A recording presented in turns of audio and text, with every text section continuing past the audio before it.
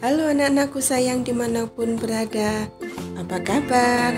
Semoga semuanya sehat-sehat ya. Perkenalkan, saya Bunda Sri Mintarni dari Perpustakaan Bung Karno.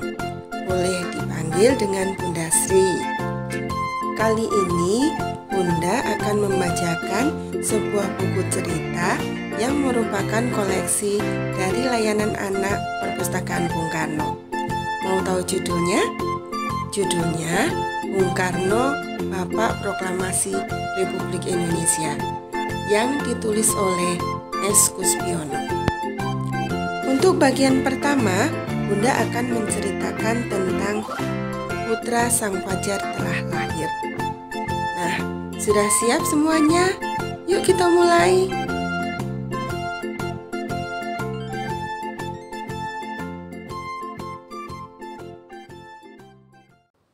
Pagi ini, matahari belum muncul. Kota Surabaya masih gelap.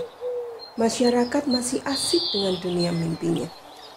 Namun, di salah satu sudut kota, di antara rumah kayu yang sederhana, seorang ibu sedang berjuang untuk melahirkan bayinya. Di kamar yang sempit dan gelap karena tidak ada jendela, ibu itu sedang meregang kesakitan. Di situ tidak ada dokter ataupun dukun beranak untuk menolong persalinannya. Hanya ada dua orang laki-laki.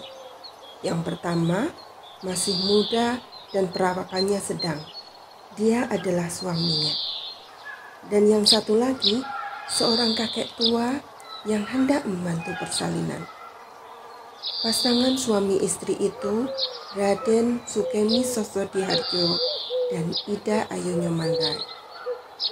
Setelah melewati perjuangan panjang dan melelahkan, tepat ketika fajar menyingsing, lahirlah seorang bayi laki-laki. Hari kelahiran bayi ini ditandai oleh angka serba 6. Tanggal 6 bulan 6 tahun 1901, yaitu tahun awal dari abad 20. Raden Sukemi, sang bapak, memberi nama bayi itu Kusno. 6 tahun kemudian, Kusno sekeluarga pindah ke kota Mojokerto karena ayahnya pindah tugas ke kota Mojokerto.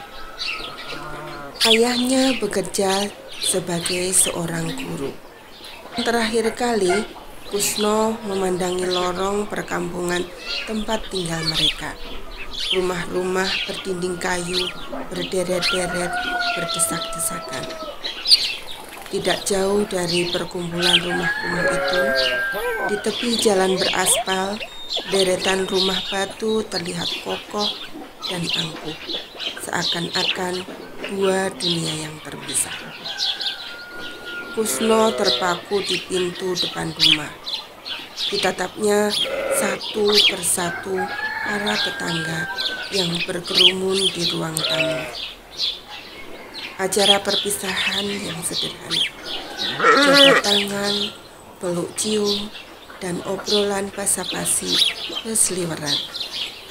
Di pojok ruangan, sang ibu mengusap air matanya terharu.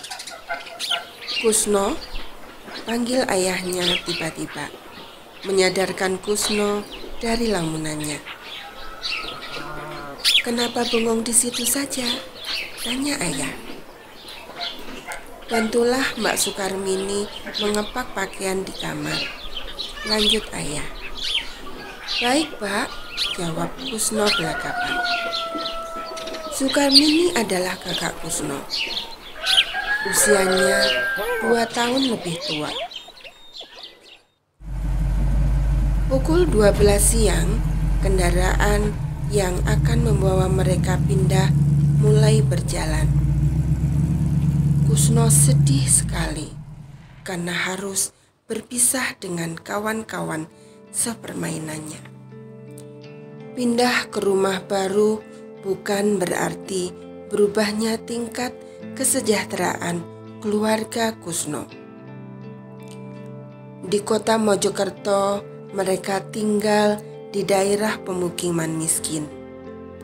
Kondisi perumahan kebanyakan berdinding anyaman bambu. Tidak terkecuali rumah keluarga Kusno.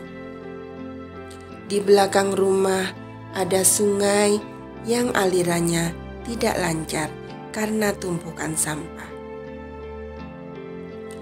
Meskipun satu keluarga hanya berjumlah 4 orang, namun kemiskinan mewarnai hari-hari mereka.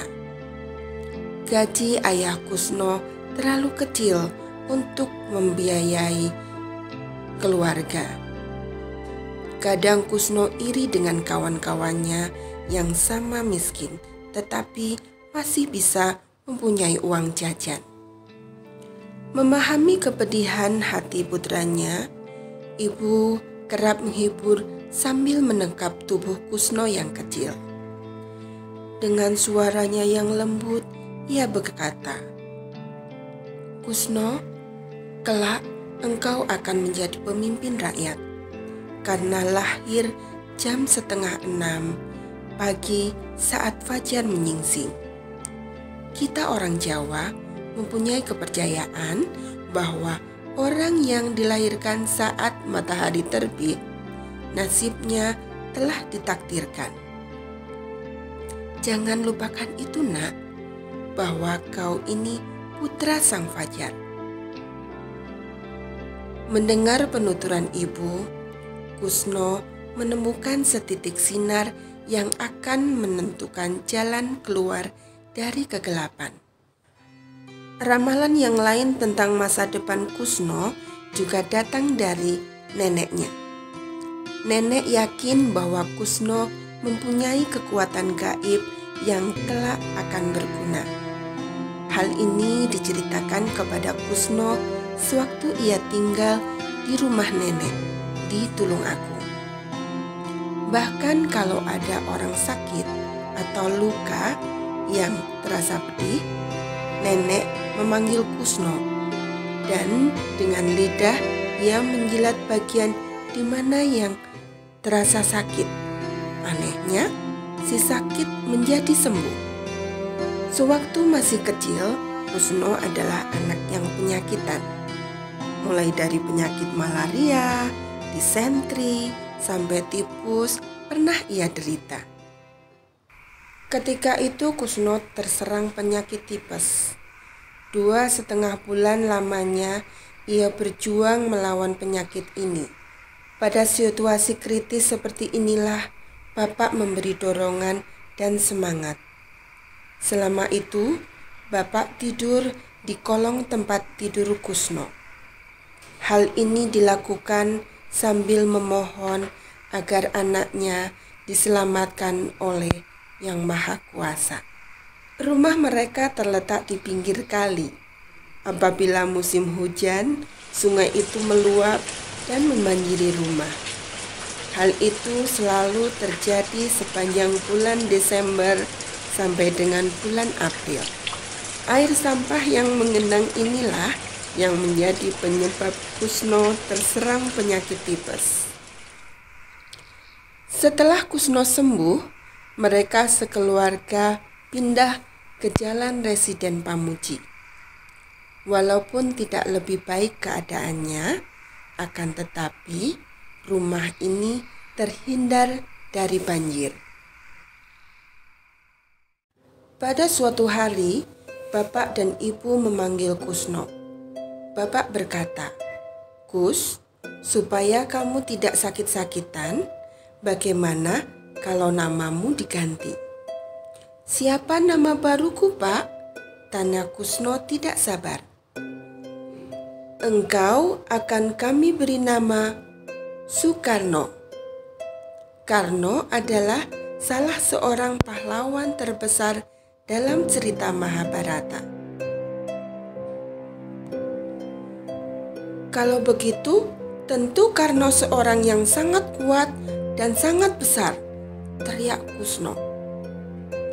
"Oh ya, nak, Jawab Bapak setuju. Juga setia kepada kawan-kawan dan keyakinannya, meskipun tidak peduli akibatnya. Tersohor karena keberanian dan kesaktiannya. Karno adalah pejuang bagi negaranya dan seorang patriot yang saleh. Sambil memegang bau Kusno dengan kuat, Bapak memandang jauh ke dalam matanya. Aku selalu berdoa agar engkau pun menjadi seorang patriot dan pahlawan besar dari rakyatnya. Semoga engkau menjadi Karno yang kedua. Sedangkan awalan Su pada namanya berarti baik. Jadi Soekarno berarti pahlawan yang baik.